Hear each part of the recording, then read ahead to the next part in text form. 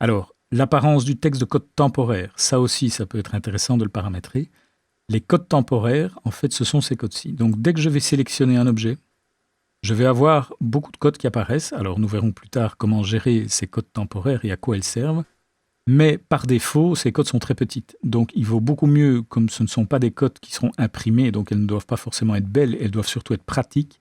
Donc, c'est ici qu'au niveau des options, je peux gérer la taille du texte des codes temporaires, avec l'arrière-plan de ces codes temporaires qui est soit transparent, soit opaque.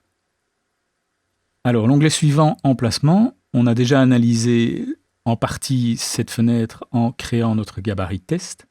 J'ai également ici, mais c'est quelque chose auquel il ne faudra pas toucher, la possibilité de gérer l'endroit où se trouvent les fichiers gabarits de la famille, etc. Mais ça, c'est quelque chose qui est installé par défaut au moment de l'installation du logiciel, donc tout ça peut rester tel quel.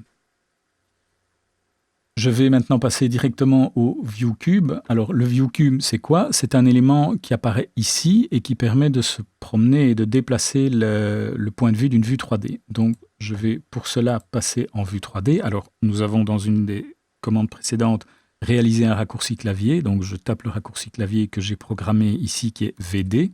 Et vous voyez que je passe en vue 3D. Donc j'ai bien ici les quelques murs que j'ai créés.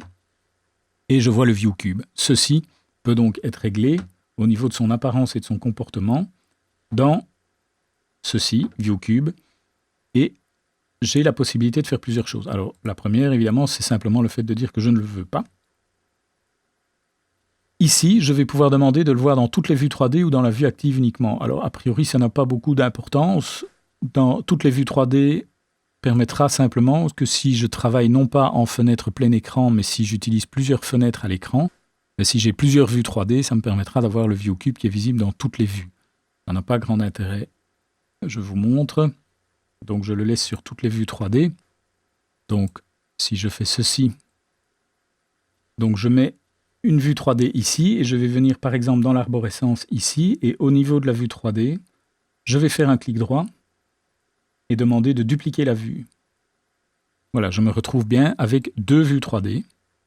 Et vous voyez effectivement que le ViewCube est présent dans les deux vues.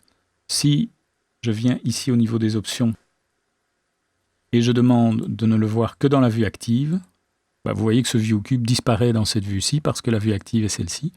Et inversement, voilà, il est maintenant ici et il n'est plus là. Bon, donc ça n'a pas un intérêt flagrant. Je vais donc revenir en vue principale et simplement le laisser dans toutes les vues 3D. Alors la position, ça ne nécessite pas beaucoup d'explications. Ici, le ViewCube se trouve en haut à droite, je peux le mettre dans les quatre coins de la fenêtre.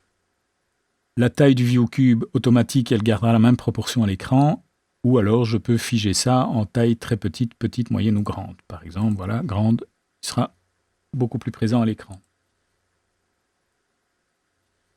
Je vais le remettre en automatique. Et opacité lorsqu'il est inactif, si par exemple je mets 0, eh bien, ce ViewCube disparaît, sauf quand je viens positionner le curseur dessus. D'accord ? Ça peut éventuellement être pratique à partir du moment où on se souvient dans quel coin il se trouve.